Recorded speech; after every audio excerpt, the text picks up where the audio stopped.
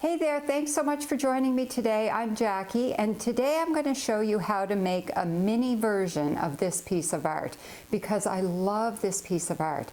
And one of the things that can be difficult when you're getting back to doing art after not doing art for a while is, where am I finding my creative juices? How do I get creative again?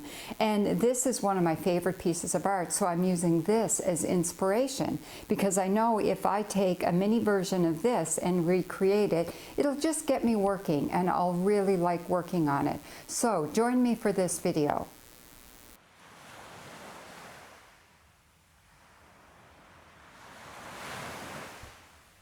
So Cape Blomidon is a beautiful cape that juts out into the Minas Basin in Nova Scotia, and I've used this as inspiration a few times for my sea glass art, and it's easy to keep coming back to.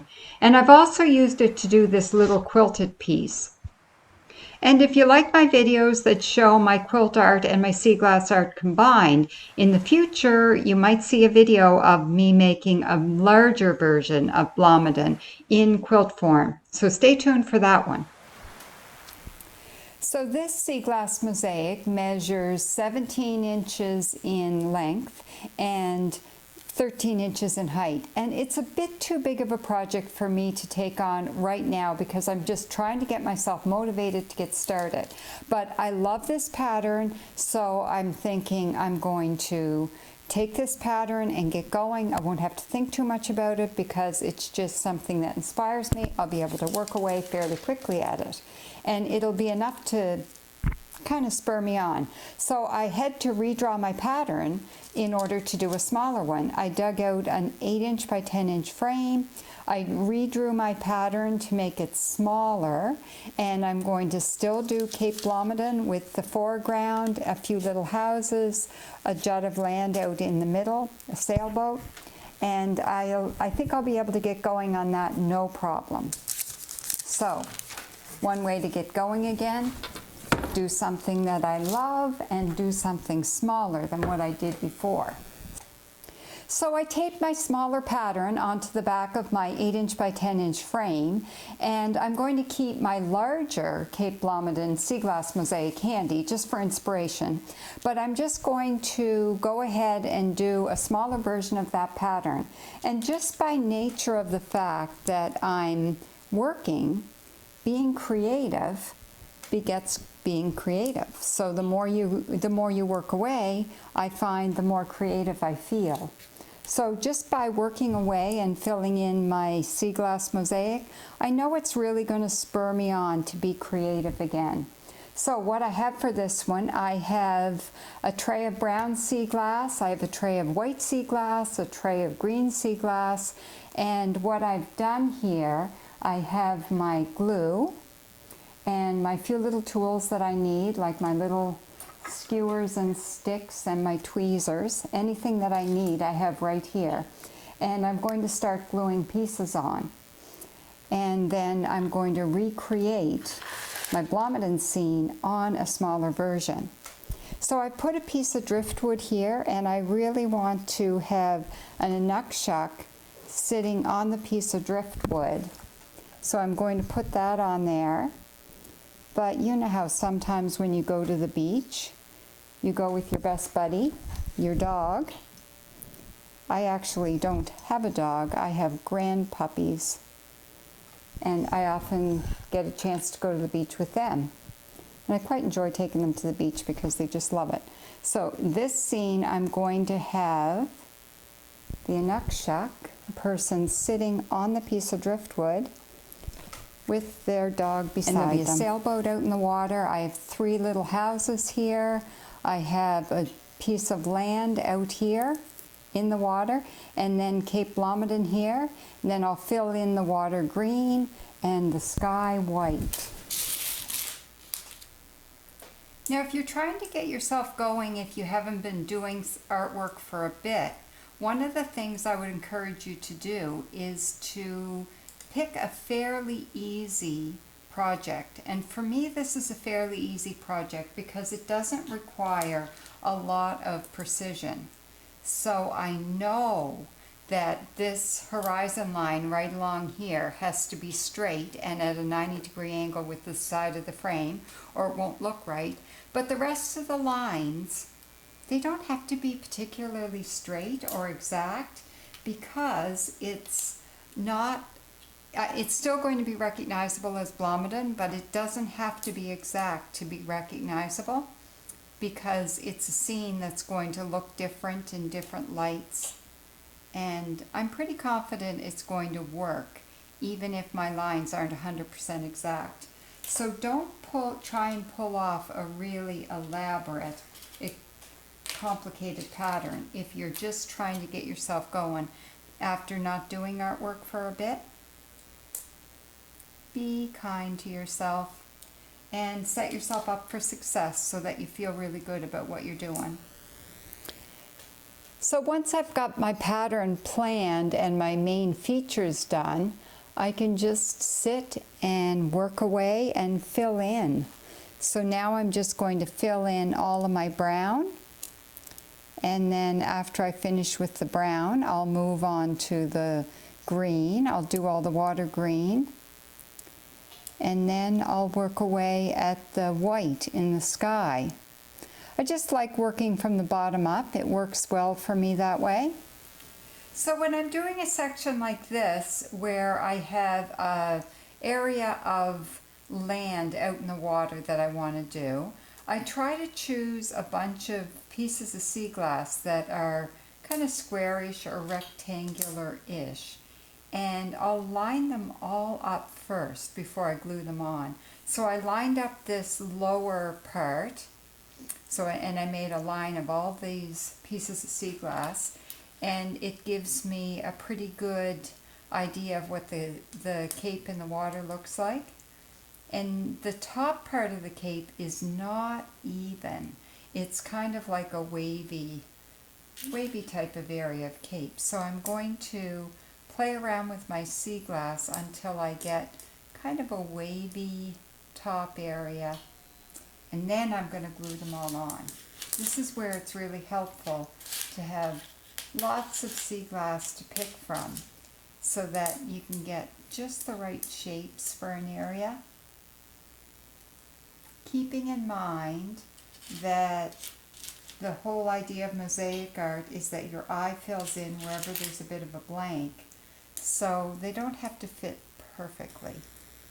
One of the things you may not be able to tell from the video is that my line for the top of my cape is down quite a bit further than I'm leaving it here, because I kind of decided as I'm arranging my pieces of sea glass that I want my cape to be a bit taller than I had originally drawn it to be. And I think that's going to work fine. So I'm just kind of eyeballing it. And I'll often do that, sometimes when I draw a line for my pattern, I want to follow that line exactly. And other times I don't really want to. I just kind of can fudge it and change it around a bit as I go. When you're doing art, I think you need to keep in mind that you're doing it more for the enjoyment of doing it, creating for the sake of creating. So don't get too caught up in following rules or following patterns. Just keep in mind that I'm doing this to enjoy myself and have fun first. Now the next thing I want to do is to fill in all the water green. So I have my tray of green sea glass sitting here, and I'm picking out the smallest pieces of green I can find. And I'm putting a line of green right along the horizon line. So this is the one place in my piece that I really want to follow my line, because a horizon line over water is always straight. And it has to sit at a 90-degree angle with my frame so that it doesn't look odd. It needs to look like it's a horizon line. Now, all I have to do, just got to measure, make sure that's super straight. The only thing I have to do now is I can just sit and gradually fill in all my water. I don't tend to use larger pieces in a small frame because I find it looks better. The more pieces you have, the more it looks like a mosaic.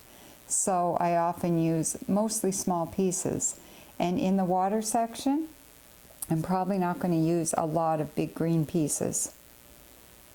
But I will get a little bit bigger as I go from the horizon line towards the shoreline. So I can just lay some out here and then I'll glue them all down and show you what it looks like when it's finished. Sometimes I find when I'm doing a small piece like this, it's almost just as much work as a big piece. Just because I'm working smaller doesn't mean I still don't fuss quite a bit with getting just the right piece in each location.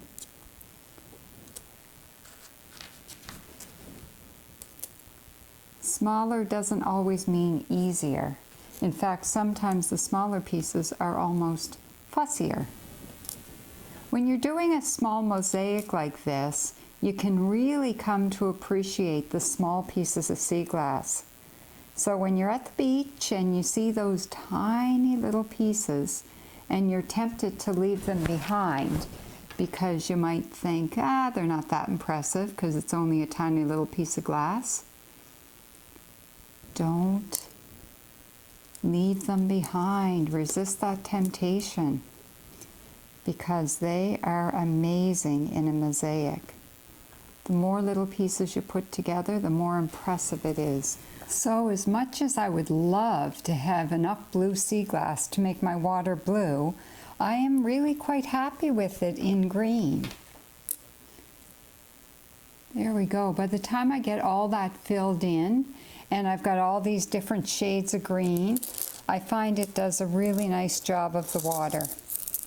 Now I just have to get going with my white sea glass, and I'll fill in the sky all with white sea glass. And I'm going to put some very large whites in here, so they're kind of like puffs of clouds. And then I'm going to do a whole bunch of small whites. One thing I like to do when I'm going with the whites is make like flowing lines of white sea glass. So I'll look for the whites that are kind of squarish, and I'll arrange them in kind of flowing line type of formation.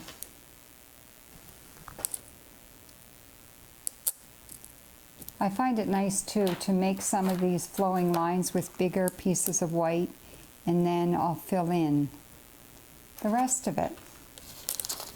So then you can see as I fill in around the lines that I've created, you get all this movement in the sky. So I've got line here, here, here, here, here, here I'm going to come, and now I'm starting another one here, and I'll work my way over to some other big clouds.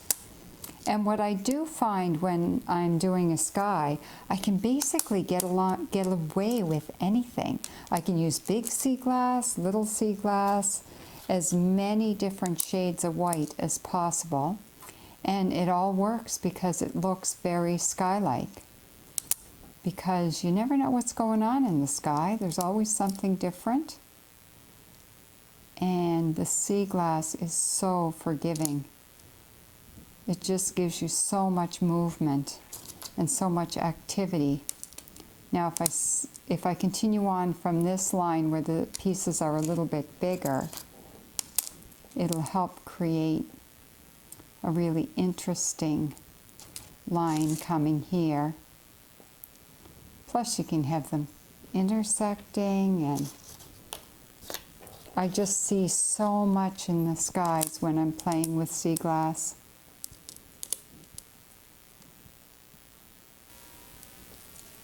So I prefer to use the silicone that goes on white and then dries clear.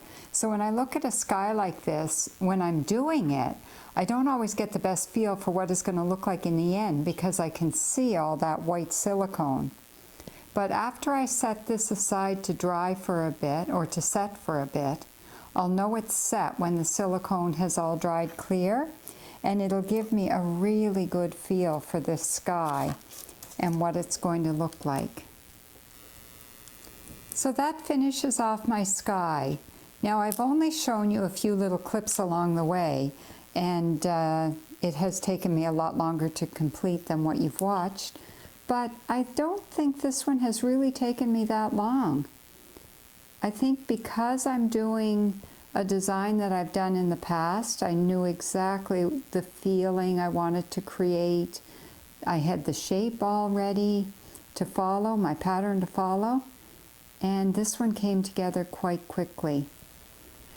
So I let the silicone set for a few days, and then I took the paper pattern off the back of the frame and I set this piece in the window, and I just love it. I love the way the light from the day will shine through and make the sea glass come to life. Even though on a day like today there's not a whole lot of sunshine. As you can see, it's snowing outside, but you still get that sunlight or that daylight coming through. And what I love about these pieces sitting in the window is that they change their look all the time depending on the amount of light coming through and the intensity of the light. It's just, it really makes it kind of like a living piece of art because it's always changing. And I love the way those three little blue houses show up when the light shines through them. And you can see the Anukshuk and the little dog sitting on the piece of driftwood there. So I hope this video inspires you, if you're having some difficulty getting creative, to take a piece of art that you've created in the past that you really like and do a bit of a recreation as a way to get yourself going and to get creative. So thanks so much for joining me today, and until next time, I hope you make it out to the beach, and happy sea glass hunting.